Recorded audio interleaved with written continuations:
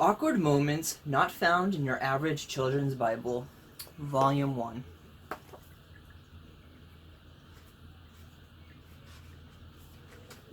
The harvest. The Lord caused Adam to fall into a very deep sleep.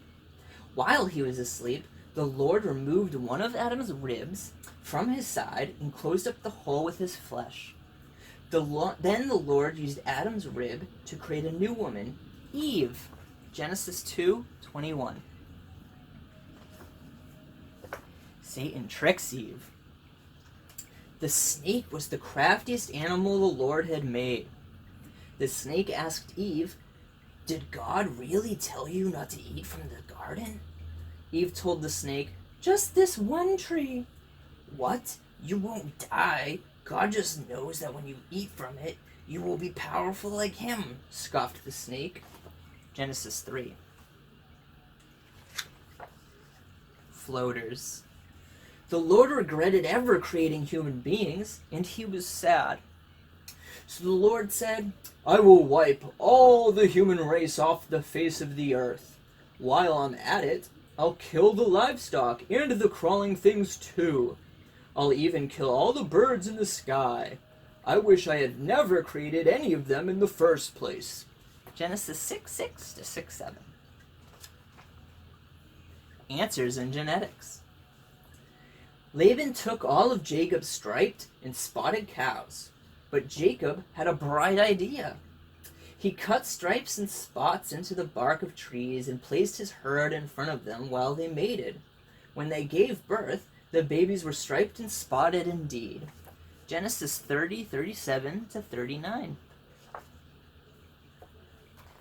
Wait, not the angels. 2 angels came to meet Lot, the most righteous man in all of Sodom. He gave them food and shelter for the night. All the men came from the city, circling the house, yelling, "Who are these men? Bring them outside so that we may rape them." But Lot refused. "No, leave these men alone. But here, take my 2 virgin daughters and do with them whatever you like." Genesis 19:1 to 19:9. Unfinished business. Judah took Tamar as a wife for his firstborn son. Before could get his wife pregnant, God killed him for being offensive. So Judah told his second son Onan, "Go and have sex with your brother's widow. It's your job to continue the family's lineage." Onan knew that any child wouldn't really be his own, so whenever he slept with his sister-in-law, he pulled out and wasted his seed. This upset God, so he killed Onan as well. Genesis 38:6 to 10. Saved by the blood. As they camped overnight, the Lord tried to kill Moses, but Zipporah used a sharpened stone and cut off their son's foreskin and rubbed the bloody ring on Moses' feet, saying, "You are now my bridegroom." This made the Lord leave Moses alone. Exodus 4:24 to 26. This is a good one right here. Get back to work. If a slave owner beats a slave, male or female, with a stick so severely that the slave dies immediately, the owner should be punished. However, if the slave survives a day or two, he should get back to work. The slave is the owner's property. Exodus 21:20 to 21.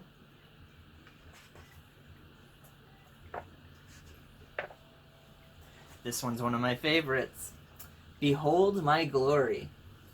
Moses said, "Lord, show me your glory." The Lord replied, "I will put all of my glory in front of you, and I will shout my name.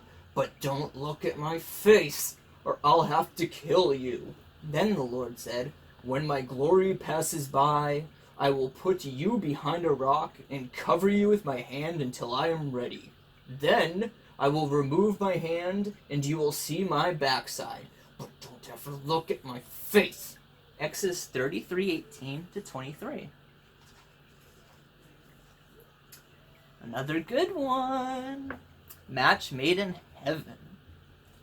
If a man is caught in the act of raping a young woman who is not engaged, he must pay 50 pieces of silver to the girl's father. Then the girl must marry her rapist and will never be allowed to divorce him. Deuteronomy 22:28-29. We're getting to some really good ones. The king of foreskins. This one's risque. For his daughter's hand in marriage, King Saul wanted no less than 100 Philistine foreskins. David, really wanting to become a son-in-law to the powerful king, took his men and killed enough Philistines to bring back 200 foreskins. David counted them all in front of the king. As promised, he was awarded the princess. Samuel 18:25-27. This one's another good one. Tear those boys to pieces. On Elijah's way to Bethel, some boys made fun of him, saying, "Go ahead and bald head. Go ahead, baldy." Elisha turned around, looked at them, and issued a curse in the name of the Lord, bringing 2 bears out of the woods to tear 42 of the boys to pieces. Kings 2:23-24.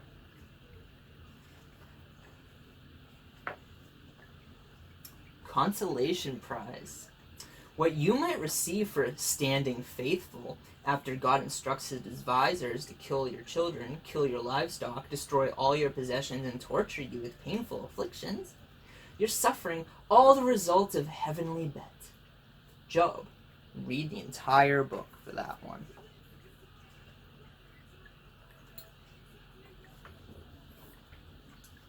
Oh my gosh. Trick or treat. The kids would like this one. The king asked the woman, "What ails you?" She answered, "This woman said to me, 'Give your son so we may eat him today. Then we can eat my son tomorrow.' So we did it. We boiled my son and ate him. Next day I said to her, 'Where is your son so that we may eat him?' But she had already hidden her son." This caused the king to completely lose his fucking mind. Kings 6:28-29, and so on.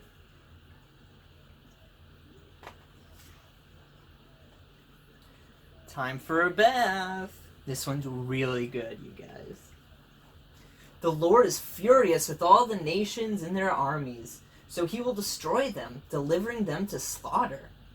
The dead will be piled on top of the mountains, and the smell of death will come down from their rotting corpses as rivers of their blood flow downhill.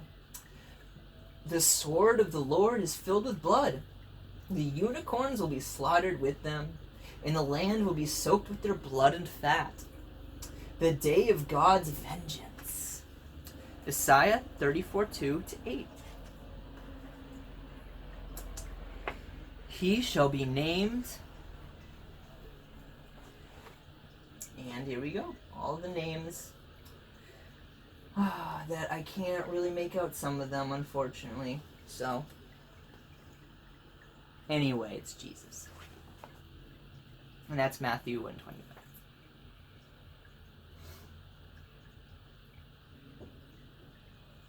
And if anybody's curious about this part, it's simply that the story of Jesus has been retold many, many, many, many times, different iterations, prior to Christianity, post-Christianity. The names have just been changed. So, the story of Jesus is nothing new, basically. That's what this section means. Where's Jesus? Because who knows where he was between these parts. I mean, we got him as a baby, but nothing in between. Nothing in between. I don't know what he was doing. Greatest man alive. John lived in the wilderness for years until he was sent to prison by Herod. When he got out, he continued baptizing people, including Jesus. He wore garments of camel hair and a leather belt, sustaining himself with locusts and honey. Jesus told his followers, "I tell you, among those born of mothers, there is no greater man alive than John." Luke 180, 319, 21, 728, and Matthew 3, 4. The law is the law. I have not come to abolish the law or the prophets, but to uphold them. I tell you the truth, until heaven and earth are not gone, not one word of the law, not even a single stroke of the pen will disappear until everything is done. He who disregards even one iota of the law will be considered least in the kingdom of heaven. Jesus. Matthew 5:17 to 19. Delicious demons. An impure man saw Jesus and ran to him. Falling to his knees, he screamed, "Son of God, what do you want from me? Please don't torture me." Jesus said, "Come out of him, demon. What is your name?" The man replied, "My name is Legion. We are so many." So Jesus cast the demons into a nearby herd of 2,000 pigs that rushed off a steep cliff to their death. When the local people heard about the man and the pigs, they told Jesus to leave their area immediately. Mark 5:1 to 17.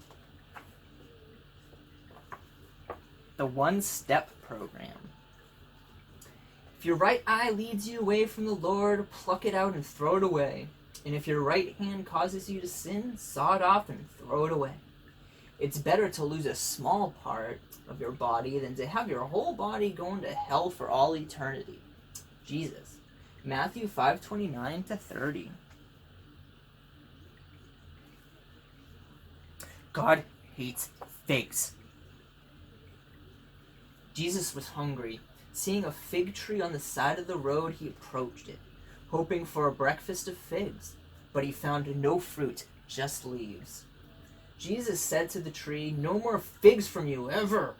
The tree withered into a dry stick. The disciples rubbed their eyes in disbelief. Did Jesus really just kill that tree? Mark 11:12 to 15. Anger management. A man suffering from leprosy came to Jesus, crawling on his hands and knees, begging, "Please, I know you have the power to heal me if you want." This made Jesus very angry, but he touched the leper and said, "Be healed." Then Jesus warned the man, "Don't you ever tell anyone what I just did for you." Mark 1:40 to 44. Hate everyone. Large crowds were traveling with Jesus, and he told them, "If anybody wants to come with me and does not hate their father and their mother, hate their wife and their children, hate their brothers and sisters, and yes, even hate their own life, such a person will never be a disciple of mine." Luke 14:25 to 27. Kill thine enemies. As for my enemies, those who do not accept my reign over them, bring them here and slaughter them at my feet. Luke 19:27. Coming soon. Jesus said to them, "I tell you the truth, many of you will still be alive when I return to rule my kingdom." Luke 9:27. No, really. Jesus said to them, "I tell you the truth, many of you will still be alive when I return to rule my kingdom." Luke 9:27.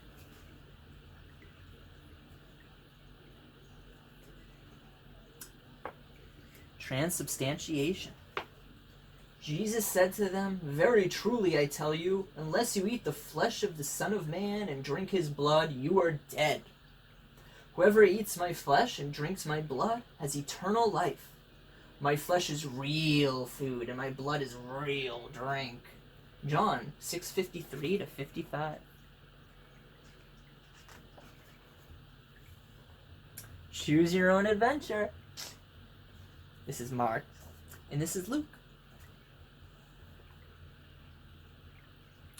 Which adventure do you guys like to choose? Just curious. It's my question to you. The Walking Dead. This is a good one. I know Easter was a little bit ago, but the tombs broke open and the bodies of many godly men and women who had died were raised from the dead to walk among the living in the holy city. Matthew 27:52. Jesus is not here. He is risen, just as he said. Come, see the place where he was lying dead. Matthew 28:6. Jesus cures cancer. A very old man was suffering from the terminal brain cancer and contemplated assisted suicide. When Jesus heard the man's thoughts, he rushed to earth, pushing the doctors aside to heal the man's cancer. Seeing that the man was still quite old, Jesus also gave him back his youth, and a puppy, and cotton candy. Oris 392, 394. Shut your pretty mouths. Women should remain silent at church. They are not allowed to speak. They should take a secondary and subordinate place, just as the law says. If there is anything that a woman wants to learn, they should ask their own husbands at home. For it is disgraceful for a woman to even open her mouth in the house of the Lord. They must be quiet. Corinthians 14:34-35. It's also in Timothy 2:11-12. That completes Volume 1 of Awkward Moments Children's Bible. I recommend buying the book. There's some little tidbits about some of the pages on the back. And I will be reading Volume 2 in the next few days. So, join me then. Until now, have a pleasant day.